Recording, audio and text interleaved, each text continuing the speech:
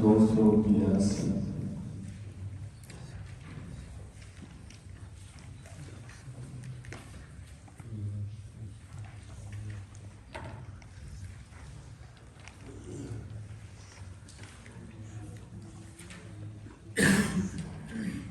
أعوذ بالله من الشيطان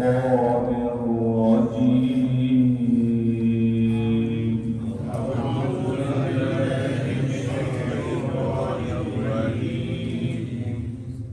بسم الله الرحمن الرحيم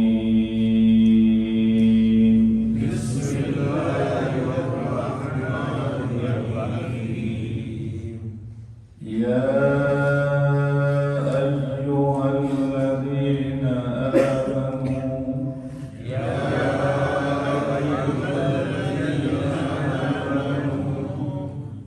إذا تداينتم بدين إلى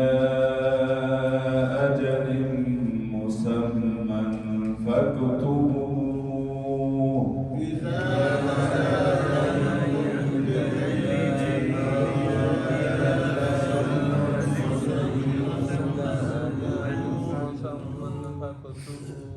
وليكتب بينكم كاتب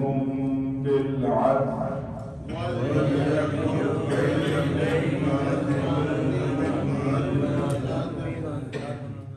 ولا يأب كاتب أن يكتب كما علمه الله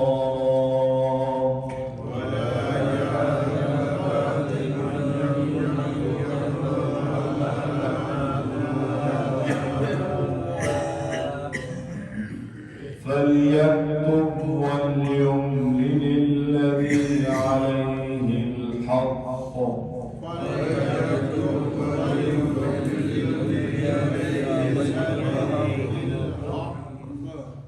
وليتق الله ربه ولا يبخس منه شيئا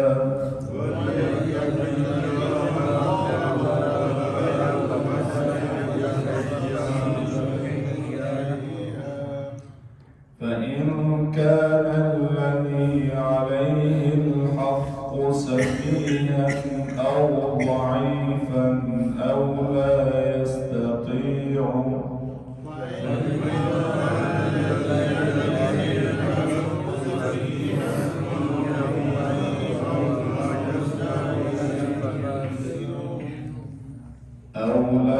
يستطيع أن يمل هو فليملل وليه بالعدل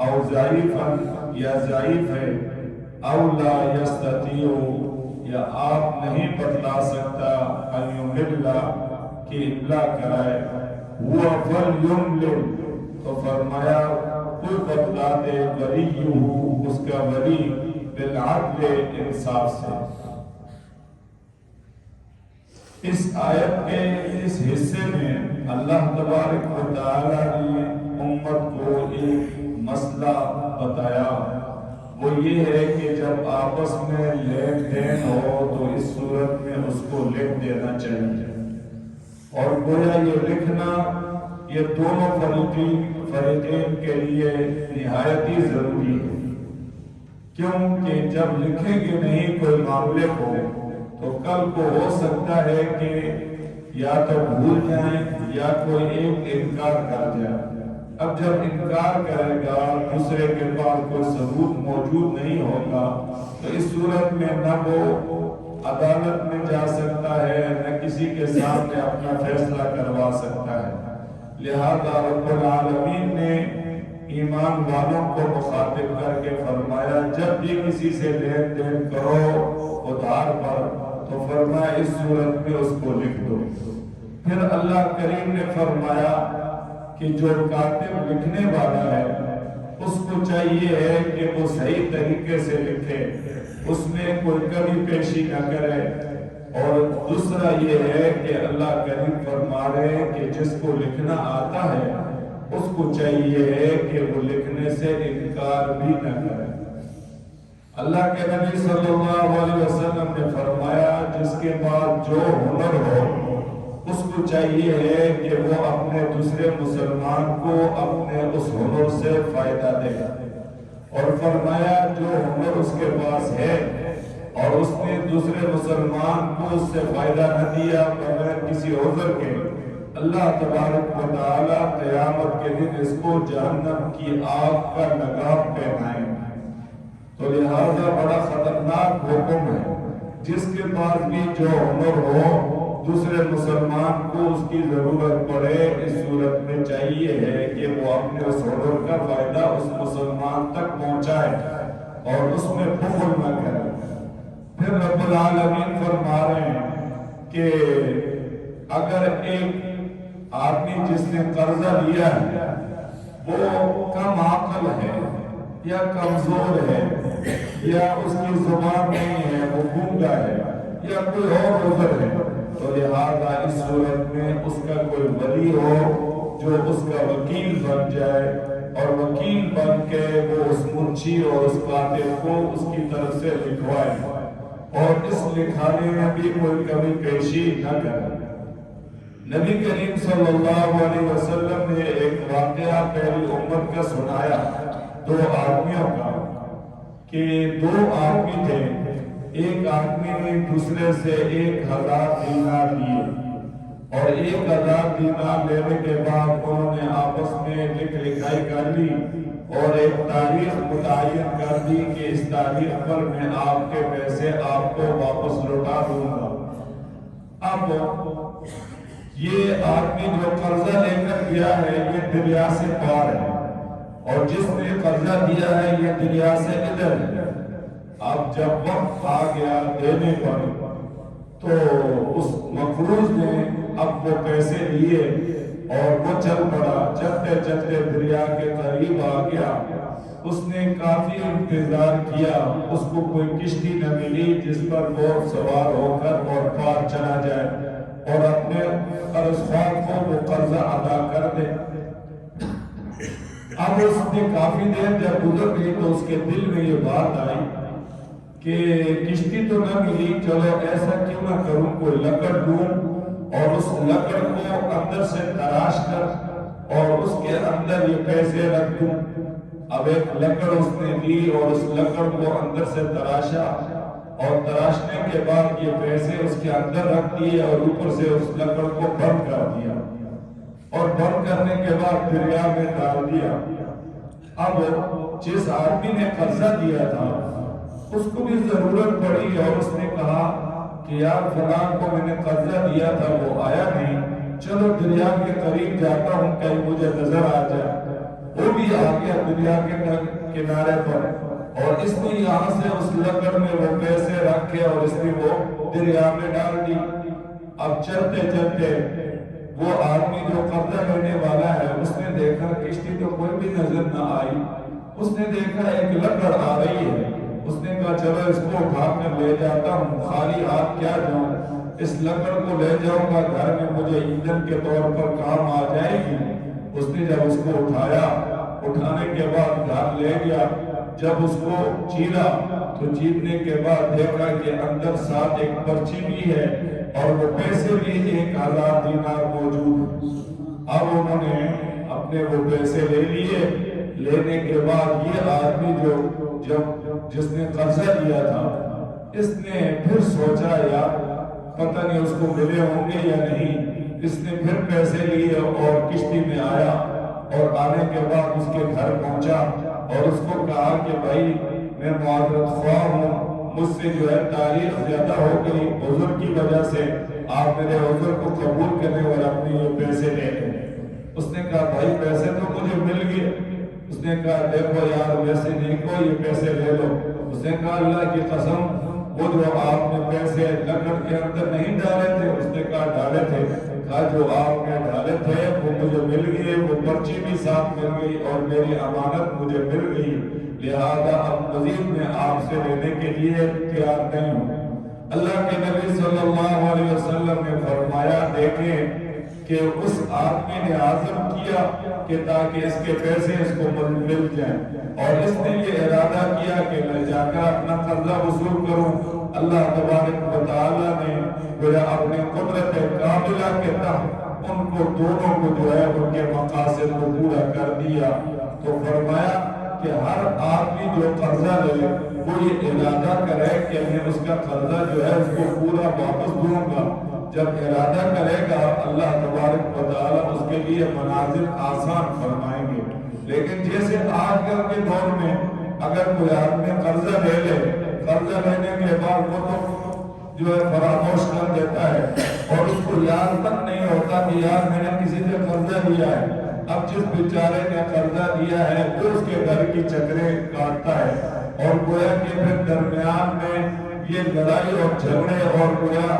بغض تک یہ بات پہنچ جاتی ہے۔ تو اللہ کے نبی صلی اللہ علیہ وسلم نے یہ واقعہ ذکر کر کے فرمایا کہ قرضہ لینے والے کو چاہیے ہے کہ وہ ان پیسوں کو امانت سمجھے اور یہ ارادہ کرے، پختہ ارادہ کرے کہ میں نے اس تاریخ تک اس امانت کو واپس پہنچانا ہے۔ تو یہاں پر بھی اللہ تبارک و تعالیٰ یہی فرما رہے ہیں کہ جب آپس میں اس طرح کا لین دین کرو قرضے پر تو فرمایا چاہیے ہے کہ تم یا تو خود لکھ لو، اور اگر خود لکھنا نہیں آتا تو کسی کاتب یا کسی منشی کے پاس جاؤ، جیسے آج کل اسٹامپ والے بیٹھے ہوتے ہیں اور دونوں معاملے والے ان کے پاس چلے جاتے ہیں اور لکھوا لیتے ہیں۔ تو یہ لکھوانا جو ہے یہ اچھا ہے دونوں کے لیے، اور فرمایا یہ دلیل کے طور پر بھی اچھا ہے اور گویا یادداشت کے طور پر بھی اچھا ہے۔ اس لیے اللہ کریم نے گویا یہاں یہ مسئلہ ذکر فرمایا، یا ایھا الذین آمنوا، اے ایمان والو، اذا تداینتم بدین، جب تم آپس میں معاملہ کرو ادھار کا، الی اجل مسمى، کسی وقت مقرر تک، فاکتبوا، اس کو لکھ لیا کرو، ولیکتب بینکم، اور چاہیے کہ لکھ دے تمہارے درمیان کاتب بالعدل، کوئی لکھنے والا انصاف سے۔ گویا کہ لکھنے والے کو بھی چاہیے ہے کہ وہ انصاف سے لکھے، کہیں ایسا نہ ہو کہ کسی ایک پر زیادتی کر جائے۔ وَلَا يَأْبَ كَاتِبٌ، اور لکھنے والا انکار نہ کرے۔ اب یہ لکھنے والے پر کوئی فرض یا واجب نہیں ہے، مستحب ہے کہ وہ ان کے جو ہے وہ لکھنے کے لیے انکار نہ کرے، ان یکتب، کہ اس سے لکھ دے، کما علمہ اللہ، جیسے اللہ نے اس کو سکھایا ہے، فلیکتب، اس کو چاہیے کہ لکھ دے، ولیملل، اور بتلاتا جائے، الذی علیہ الحق، وہ شخص جس پر قرض ہے، ولیتق اللہ ربہ، اور اللہ سے ڈرے جو اس کا رب ہے، ولا یبخس منہ شیئا، اور فرمایا کہ اس میں کم نہ کرے کچھ بھی، فَإِن كَانَ الَّذِي عَلَيْهِ الْحَقِّ، پھر اگر وہ شخص جس پر قرض ہے فرمایا سفیہاً بے عقل ہے، او ضعیفاً یا کمزور ہے، او لا یستطیع یا آپ نہیں بتلا سکتا ایوم اللہ کہ اس کو ابلاغ کرے، وہ فلیملل تو وہ بتلا دے ولیہ اس کا ولی بالعدل انصاف کے ساتھ۔ مثلا جس آدمی نے قرضہ لیا ہے وہ کمزور ہے، یا زبان اس کی چلتی نہیں ہے، یا کوئی اور اس کے اندر نقص ہے کہ وہ پوری ابلاغ اس کو نہیں بتا سکتا کاتب کو، تو اس صورت میں چاہیے ہے کہ اس کا کوئی ولی ہو اور وہ جو ہے یہ ساری کے ساری بات جو ہے اس پر لکھوا دے اور اس میں کوئی کمی بیشی نہ کرے۔ اللہ تبارک و تعالی ہم سب کو قرآن کی سمجھ نصیب فرما دے اور اس کے مطابق عمل پیرا ہونے کی توفیق نصیب فرما دے۔ الحمدللہ رب العالمین والعاقبۃ للمتقین والصلاة والسلام على اشرف الانبیاء والمرسلین وعلى آلہ واصحابہ اجمعین۔ اللہم ربنا آتنا فی الدنیا حسنہ وفی الآخرۃ حسنہ وقنا عذاب النار۔ ربنا توفنا مسلمین والحقنا بالصالحین۔ ربنا هب لنا من ازواجنا وذریاتنا قرۃ اعین واجعلنا للمتقین اماما۔ اے کریم اللہ ہم سب سے راضی ہو جاؤ، اے اللہ ہمیں ہر معاملے کو شریعت کے مطابق کرنے کی توفیق نصیب فرما دے۔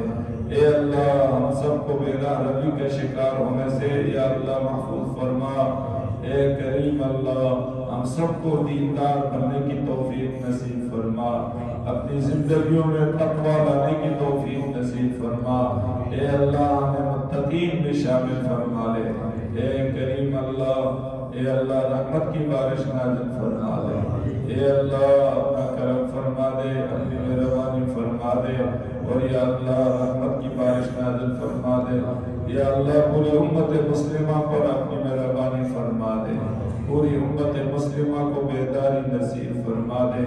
حیا نصیب فرما دے، جرأت نصیب فرما دے، تقویٰ نصیب فرما دے۔ یا اللہ ہم سب کو رزق حلال نصیب فرما دے، حرام سے حرام کاریوں سے یا اللہ ہم سب کو یا اللہ اجتناب کرنے کی توفیق نصیب فرما دے۔ ربنا تقبل منا انك انت السميع العليم وتب علينا انك انت التواب الرحيم۔ صلی اللہ علی النبی وعلى آلہ وصحبہ اجمعین برحمتک یا